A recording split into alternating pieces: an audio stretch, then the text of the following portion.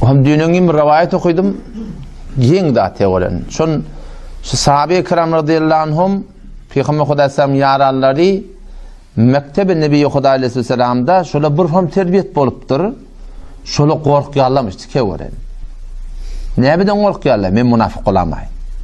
O da kim? Sahabala. Dağyalı imanları var. Yine şöyle korkorlamıştıklar. İbn Ebi Muleyke rahmetullahi aleyh Ravi Bukhari men niye 30 nefer sahabanı gördüm diye. Lap Nebi Huda Aleyhisselam'ın dil oturup dert alıp şöyle bilece cihada gidip bilece namaz cemaat ayetlarda hemişe bile Adam şol adamlardan men 30 adam gördüm diye sahabalardan. Şolun 30'unun da bir korkusu vardı diye yüreğinde. Gurunda şolun da şuna aytıyor diye men münafık olamayım. Men münafık değildir neşi? Emeş Allah'ın münafık olmasam men radi. Şicri kaygı bazı şolarda diye. Hatta Hazreti Ömer yalak adamdı. Huzeyfe ibn Yaman radıyallahu anhu Hazreti Huzeyfe Peygamber Huda Aleyhisselam şoňa münafıklığın adını ettir. Münafık diýen ady musulman idi da, ady musulmanlygyň ýaşak etpe, ýani Hudaý Teala'nın ýanynda kafir ýöne. Hazreti Ömer radıyallahu anhu şu Hazreti Huzeyfe bir gün çağırıpdyr. Näme üçin çağırıpdyr? Peygamber Huda Aleyhisselam şoňa şu ummatda 300 neferinde adyny beripdir. Şi falani ol, şu münafık şu diýip. Hazreti Ömer radıyallahu anhu şonu çağırýar, bäri gelipdir. Näme? Onu deyipdir, şu Peygamber Aleyhisselam sen münafıklığın adını aytdı, men adım bam şonuya yok, ne şunu aytmağa deyipdir. Şu kaygıtıpdır şonu. Onu sen adın yok deyipdi adam. Başka kim men bir fermandar, ustandar, bağışlar koyullanma, bulan içinde bam bir bad etdi. Adını aytmapdır, bir bad etdi. Şolun içinden şonu Hazreti Ömer taylap çıkarptır diye sonra. Yani şolarda bir kaygı varmıştık da. Yani ibadatlarına, zatlarına esten şöyle fakirlanmaklık, ödülünü ulakan görmeklik, o meseleler ki hiç bir Müslüman geçerim, karşı Müslüman mı, Hudaý Teala'nın yanında kaygılar varmış şöyle. El-Bidaye ve Nihayede İbn Kesir rahmetullahi aleyh hem müfessir ve hem müverrih tarih kitabında getiriptir bir tane vaqaani. Nebi Huda Aleyhisselam bir yerden geçip geliyken sahabala 3 milyon bulup otuyorlar bir cem Hazreti Ebu Hureyre radıyallahu anh içinde Peygamber Aleyhisselam şu cemi gelip ayttı diye sizin adağında biri var cehennemde şon dişi dağ yalak dedi. Dımdır sahabala otu keptanak. Yani Peygamber Aleyhisselam demekliği şu manada sizin adağından bir cehennemi boluyor. Deyip ayttı. Olam Hazreti Ebu Hureyre radıyallahu anh şu cemde Hazreti Ebu Hureyre radıyallahu anh şu cemi gödün altından alıp getip bir. Ne yapar öyle yaşlılar? Haytı bir adam kabul eden şu cehennemi diyen kim karşı o? Olam şun adamlar gödün altından ya 10 adamdır, 10 adamdır, 15 adamdır. Şun hemmeti ölüp gidiptir. Hemmeti de kavuluk bilen öldü diye. Namazlıca, dehretin başında, namazın başında, secdede, meydan cihatta kavuluk bilen öldü diyen kala. Fakat bir nefer kalıptır. Reccal benne Anfuwa diye adına. Ev Anfuwa. Şu Hazreti Reccal bilen Ebu Hureyre kalıqdı. Ebu Hureyre de gördüğü Reccal bir ecib adam. Abdullah ibn Ömer radıyallahu anhuma şunu övüptür. Bizim uluqanımız.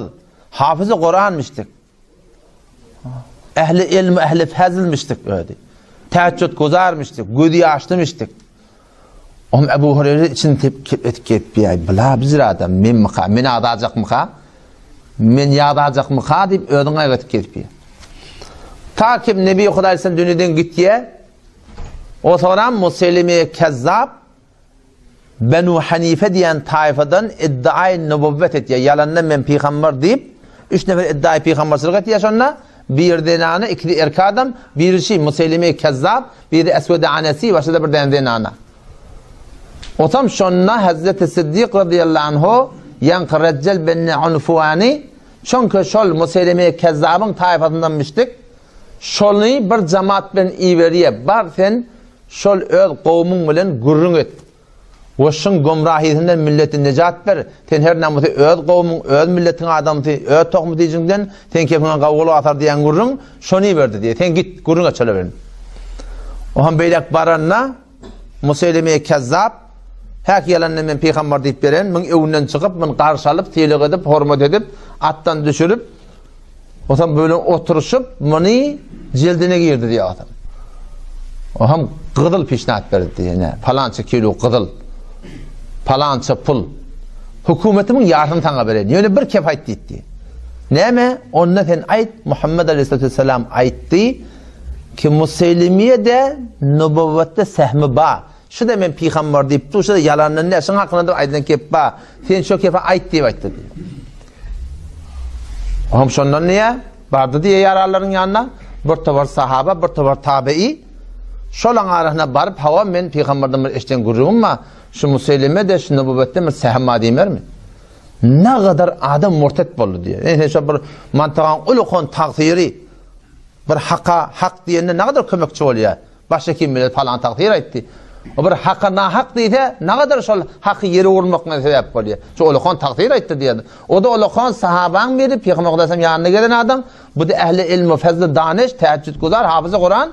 Şu gelip şey deyip tu Peygamberden ben şeyler bir keve eşittim deyip ne kadar adamla murtet boldu.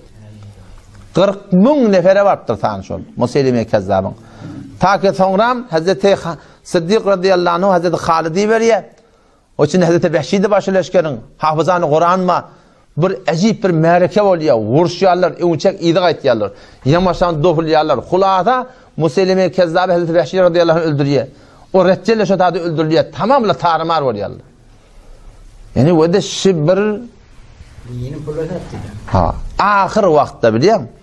O men şu da aslan bir de nemen belirtiye ki Allah Teala'nın Kur'an'ı aydan görünme. Mebada biz şu bolup verişimizde adamların yüzün gözleyip duruşuna adamların çeh beh deyişine Allah'ın amallar. Sonunun ne olacak oldu? Rabbim Allah Teala'nın aydan görün şey. Asa rabbukum eyyerhamekum ve in uttum udna ve cealna cehenneme lil kafirine hasira. Asa rabbukum umid basın Rabbiniz Allah size eyyerhamekum ki size rahmetsin ve in uttum udna eğer siz iyi de olursanız Allah bize uğurlarsıdır. O zaman şu taydan yani şu da aslan bir de şunu belirtiyor ki biz bol perşeminde fakirlerine amallar. Telekeden adam olsun ihtimal var. Ahir demde dolansun, düzelsin, bizden ne kavga olsun belli de. O ihtimal var ki biz dolan öyle. Biz reçellen göğünden meğer neyme. Biz kim akıyım? Mebada gurur, zat vücudumda gelemesin. O zaman çından şunu Allah Tebarek ve Teala'dan dua etmeli Müslüman da oğlum. Yani dua etmeli. Ya Allah bizi sonumuza iman et. Sonumuza Allah hayır et deyip biliyor musun? Bakın şu hakkında Allah Teala mehriban, erhamer rahimindir. Birlerden qarğan, birlerden yalqarmayan, nereden tutacak beldi, nereden başlayacak beldi de. Onun şu tayda Müslüman da oğlum. Baştaki daşça örtek Müslüman da oğlum. Her bir halatta olun. Hatta kafir olsun, Yahudi olsun. Şunu nazar tahkir bilen koydemeliler. Bolup verişin yigren. Arakhoriysin yigren. Ekerden uğrayan yigren. Ama ödün yigrenme. Yahudiyeti yigren. Ama şu Yahudi adam şayet tövbe etsin. Allah tebarek ve teala tevfik versin.